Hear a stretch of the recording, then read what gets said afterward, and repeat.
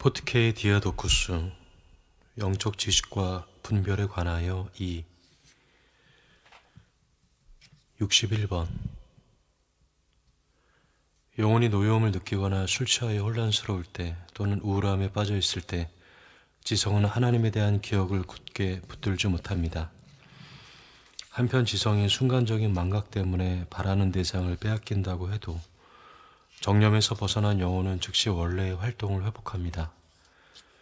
어머니가 아이에게 아빠라는 단어를 되풀이하여 말하게 하여 잠잘 때도 아버지를 부르는 습관이 형성되게 하듯이 이제 영혼은 묵상에 동참하여 함께 주 예수 이름을 반복할 은혜를 소유합니다. 바울은 우리가 성령 안에서 기도하면서 하나님 아버지께 끊임없이 아빠 아버지라고 부르라는 가르침을 받는다고 말합니다. 62번 격양하는 성질은 대체로 다른 정념들보다 더 영혼을 괴롭히고 혼란스럽게 하지만 영혼에게 큰 유익을 주기도 합니다. 우리가 내적으로 평온한 상태에서 하나님을 모독하는 사람이나 죄인들로 하여금 부끄러움을 느끼게 하고 그 방식을 고치게 만들기 위해서 그들에게 격앙하는 성질을 발휘할 때 우리는 자기 영혼을 더 온유하게 합니다. 이런 식으로 우리는 하나님의 공의롭고 선하신 목적과 조화를 이룹니다. 우리가 매우 낙심했을 때 부패의 마귀에 대해 영적으로 분개한다면 죽음의 주제넘음까지도 멸시할 힘을 얻을 것입니다. 분개하는 힘을 제대로 발휘하는 것이 하나님이 우리를 지으시면서 본성 안에 심어 놓으신 무기임을 보여주는 듯합니다. 63번 하나님의 지식에 참여하여 하나님의 감미를 맛본 사람은 법적으로 자신을 변호해서는 안 됩니다. 이 세상 사람들은 자기들이 요구하는 것을 얻어낼 때까지 계속 법에 호소합니다. 특히 관련된 돈에서 이자를 받고 있었을 때 그렇습니다. 그럴 때 그들의 정의가 큰 불의의 원인이 됩니다. 64번 우리가 생계 유지나 가난한 사람들을 구제하기 위해 가지고 있는 것을 사람들이 빼앗아 갈 때, 특히 그 사람이 기독교인일 때는 그를 고발해야 한다는 말을 경건한 사람들에게서 들은 적이 있습니다. 그들은 부당한 일을 한 사람을 고발하지 않는 것은 그들의 죄를 장려하는 것이 된다고 주장합니다. 그러나 이것은 우리의 자아보다 재산을 선호하는 것에 대한 허울 좋은 구실에 불과합니다.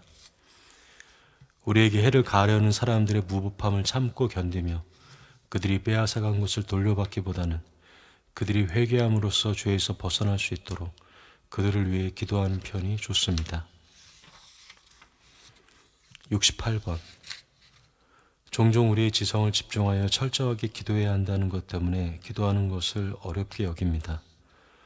지성이 자신을 지나치게 많은 말로 표현하거나 과도하게 기쁨에 도취되는 것을 막으려면 대부분 시간을 기도하고 시편을 노래하고 성경을 읽으면서 보내야 하며 자기의 믿음을 글로 표현한 사람들의 생각을 무시하지 말아야 합니다.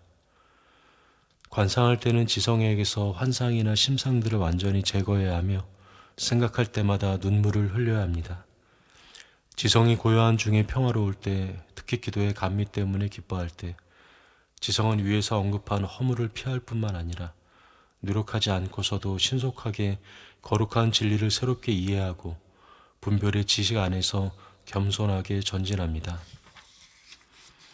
70번 목욕탕의 문을 열어놓으면 목욕탕 안에 온기가 빠져나갑니다. 마찬가지로 선한 많은 말을 하는 영혼은 말의 문을 통해서 하나님에 대한 기억을 흩어버립니다. 그러므로 적절한 시기에 침묵하는 것이 귀중합니다. 침묵은 지혜로운 생각의 어머니입니다. 영적 지식의 가르침에 의하면 신학을 추구하기 시작한 영혼은 많은 정념, 특히 노여움과 미움에 시달립니다. 세상적인 영혼은 사람들의 정의를 짓밟는 것을 보아도 괴로워하지 않습니다. 그는 자기의 욕망에 몰두해 있으므로 하나님의 공의에 관심을 갖지 않습니다. 그러나 영혼이 이 세상을 멸시하고 하나님을 사랑하여 정념들을 초월하기 시작하면 꿈에서도 정의가 무시되는 것을 보면 참지 못합니다. 그는 악을 행하는 사람을 보면 경노하며 공의를 파괴하는 사람이 괘씸하는 것을 볼 때까지 계속 노합니다. 그런데도 불의한 사람을 미워하지 말고 그들의 무감각함을 개탄하는 편이 훨씬 낫습니다. 그들은 미움을 받아야 마땅하지만 하나님을 사랑하는 영혼이 미움에 시달리는 것은 무의미한 일입니다. 영혼 안에 미움이 있으면 영적 지식이 마비됩니다. 73번. 본성적으로 행복한 상태에 있는 사람은 큰 소리로 시편을 노래하며 소리내서 기도하기를 좋아합니다. 그러나 그가 성령에 의해 힘을 얻으면 기뻐하면서 평화롭게 마음속으로만 노래하고 기도합니다. 첫 번째 상태에는 거짓 기쁨이 동반되며 두 번째 상태에는 영적 눈물에 이어 고요를 사랑하는 즐거움이 수반됩니다. 78번. 빛과 어둠 사이에는 공통점이 없습니다. 영적인 길을 추구하는 우리는 세례의 물로 말미암아 뱀의 지성의 성소에서 쫓겨났다고 믿습니다. 그러나 우리가 세례받은 후에도 여전히 선한 생각과 악한 생각을 소유한다고 해서 놀라서는 안 됩니다. 세례가 우리에게서 죄의 얼룩을 제거해 주지만 우리 의지의 이중성을 즉각적으로 치유하지는 않으며 마귀가 우리를 공격하거나 미혹하는 말을 하지 못하게 하지도 않습니다. 79번. 바울의 말에 의하면 우리의 지성은 항상 성령의 법을 기뻐하지만 육체의 기관들은 쾌락의 유혹을 허용합니다. 더욱이 은혜는 영적 지식이 진보하고 있는 사람들의 내면에서 지성의 인식 기능을 통해 몸에 말할 수 없이 큰 기쁨을 줍니다. 80번. 바울은 내가 이미 얻었다 함도 아니요 온전히 이루었다 함도 아니라 오직 내가 그리스도께 예수께 잡힌 바 된 그것을 잡으려고 달려가노라고 말하면서 그것을 잡다, 파악하다, 이해하다라는 말을 해석합니다. 81번. 영적 지식은 두 종류의 악한 영이 있다고 가르쳐 줍니다. 교활한 영과 본질상 물질적인 영입니다. 교활한 마귀는 영혼을 공격하며 물질적인 마귀는 호색적인 유혹을 통해서 육을 사로잡습니다. 영혼을 공격하는 마귀들은 영혼의 정념들, 특히 모든 악의 어미인 주제넘음을 자극합니다. 그때 우리는 육체의 죽음을 생각함으로써 칭찬받으려는 천한 욕구를 부끄럽게 여깁니다. 육체를 공격하는 마귀들이 부끄러운 욕망으로 마음을 들끓게 할 때 우리는 죽음을 생각해야 합니다. 죽음을 생각하는 것만이 우리가 다시 하나님을 기억하게 함으로써 악한 영들의 세력을 무력하게 만들 수 있습니다. 85번. 우리가 선한 생각과 악한 생각을 소유하는 것은 성령과 마귀가 우리 지성 안에 함께 거하기 때문이 아니라 주님의 선하심을 의식적으로 경험하지 못했기 때문입니다. 86번. 하나님이 물러나시는 방법에는 두 가지가 있습니다. 첫째, 우리를 교육하기 위해서 물러나십니다. 이것은 영혼에서 신적인 빛을 박탈하는 것을 의미하는 것이 아닙니다.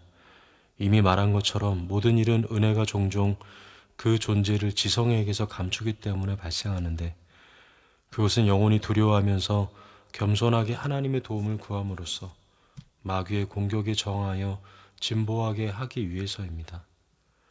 아기가 음식을 먹지 않으려 할 때 어머니는 잠시 아기를 내버려 두는데 그때 짐승이나 험상궂게 생긴 사람을 보고 놀란 아기는 겁에 질려 울면서 엄마 품으로 달려올 것입니다. 하나님이 물러나시는 또 한 가지 유형은 하나님을 원하지 않는 영혼에서 하나님이 완전히 떠나가시는 것입니다. 이렇게 되면 영혼은 마귀의 포로가 됩니다. 그러나 하나님은 우리에게서 완전히 떠나가시지 않습니다. 우리를 완전히 자라게 하려고 하나님의 은혜는 그 존재를 감추었다가 다시 드러냄으로써 우리를 양육합니다. 87번. 우리를 교육하기 위해서 하나님이 떠나가시면 영혼에 큰 슬픔, 겸손, 그리고 약간의 실망이 임합니다. 이렇게 하는 목적은 허영과 오만을 향하는 경향을 가진 영혼을 겸손하게 하기 위한 것입니다. 우리는 이미 이 두 종류의 떠나가심을 경험했으므로 각각의 경우에 적절한 방법으로 하나님께 다가가야 합니다. 첫째 경우에 우리는 자신을 변호하고 탄원하면서 하나님께 감사해야 합니다. 자신의 임재를 감추심으로써 제멋대로인 우리의 성품을 훈련하고 계신다는 것을 이해해야 합니다. 두 번째 경우에는 끊임없이 눈물을 흘리며 죄를 고백해야 하며 우리의 노력을 더함으로써 궁극적으로 하나님이 전처럼 우리 마음에 자신의 임재를 드러내시도록 하기 위해서 세상을 더욱 멀리해야 합니다. 88번. 겨울에 아침 해가 떠오르는 동쪽을 바라보고 있으면 햇볕을 받는 가슴 쪽은 따뜻해지지만 해를 받지 못하는 등은 춥습니다. 마찬가지로 성령의 에너지를 경험하기 시작한 사람의 마음은 하나님의 은혜에 의해서 부분적으로만 뜨거워집니다. 따라서 그들의 지성이 영적 생각들을 형성하기 시작할 때 마음의 바깥 부분에서는 여전히 육체적인 생각을 형성합니다. 그것은 마음의 지체들이 하나님의 은혜의 빛을 충분히 의식하지 못했기 때문입니다. 이것을 이해하지 못한 사람들은 지성 안에서 두 개의 존재가 싸우고 있다고 결론 짓습니다. 그러나 위에서 예를 든 사람이 추워서 벌벌 떨면서도 햇빛을 받으면 따뜻함을 느끼듯이 영혼이 동시에 선한 생각과 악한 생각을 소유할 수 있을 것입니다. 91번. 언젠가 지칠 줄 모르는 단호한 결의로 주님을 사랑하는 사람이 이런 말을 했습니다. 내가 하나님의 사랑에 대한 의식적인 지식을 간절히 원했기 때문에 하나님은 그러한 사랑을 충만하고 적극적으로 경험하게 해주셨습니다. 이 사랑을 경험한 사람은 모욕당하고 해를 입어도 성내지 않고 자기를 욕하거나 해를 입힌 사람의 영혼과 사랑 안에서 연합합니다. 그는 가난한 사람에게 상처를 주는 사람, 하나님을 거슬러 불의를 말하는 사람, 또는 그 외의 다른 형태의 악을 따르는 사람에게만 성냅니다. 하나님으로부터 그러한 사랑을 발휘할 수 있는 활력을 얻는 사람은 그 순간에 믿음마저 초월합니다. 그는 자신의 큰 사랑의 판단에 의해서 전에는 믿음으로 공경했던 분을 이제 마음속에서 의식적으로 느껴 압니다. 92번. 우리가 갑자기 성내면서 욕하여 어떤 사람을 원수로 만들었다면 우리 안에서 영적 지식이 활동할 때 양심의 가책을 느낍니다. 그 사람에게 충분히 사과하여 우리를 향한 과거의 좋은 감정을 회복시킬 때까지 그 가책이 계속됩니다. 하나님에 대한 지식을 갖기를 원한다면 까닭없이 화내는 사람도 분을 품지 않고 바라보아야 한다고 기록되어 있습니다. 93번. 이제 막 거룩함을 갈망하기 시작한 사람이 볼 때 덕의 길이 매우 험난한 것처럼 보입니다. 그 길이 실제로 험하기 때문이 아니라 나면서부터 인간의 본성이 유격적인 쾌락의 넓은 길에 익숙해져 있기 때문입니다. 그러나 덕의 길을 반 이상 여행한 사람은 그 길이 평탄하고 쉬운 길이라는 것을 발견합니다. 그러므로 주님은 먼저 우리를 구원의 길로 인도하시면서 생명으로 인도하는 문은 좁고 길이 협착하여 찾는 자가 적음이라고 말씀하시고 주님의 계명을 지키기로 한 사람들에게 내 멍에는 쉽고 내 짐은 가벼움이라고 말씀하십니다. 그러므로 영적 싸움을 처음 시작할 때 강력한 의지로 거룩한 계명들을 실천해야 합니다. 주님은 자원하는 마음을 주셔서 항상 기뻐하면서 의로운 일을 행하게 해주십니다. 95번. 겸손을 획득하기 어렵습니다. 큰 겸손을 얻으려면 크게 노력해야 합니다. 거룩한 지식을 소유한 사람에게 겸손이 임하는 두 가지의 방식이 있습니다. 영적 경험의 길을 반쯤 나아간 사람은 육체적인 약함, 의를 추구하는 사람을 대적하는 사람들, 또는 악한 생각에 의해서 겸손해집니다. 그러나 지성이 하나님의 은혜의 조명을 충분히 의식할 때 영혼은 본성적인 겸손을 소유합니다. 첫째 유형의 겸손의 특징은 후회와 낙심이고 둘째 유형의 특성은 기쁨과 존경입니다. 이런 까닭의 첫째 유형의 겸손은 영적인 길을 반쯤 나아간 사람들에게서 발견되며 둘째 유형의 겸손은 완전함에 가까이 간 사람들에게 주어집니다. 96번. 수독 생활을 추구하는 사람들은 먼저 외적인 죄와 맞서 싸우고 그 다음에 악한 생각과 말에 맞서 싸웁니다.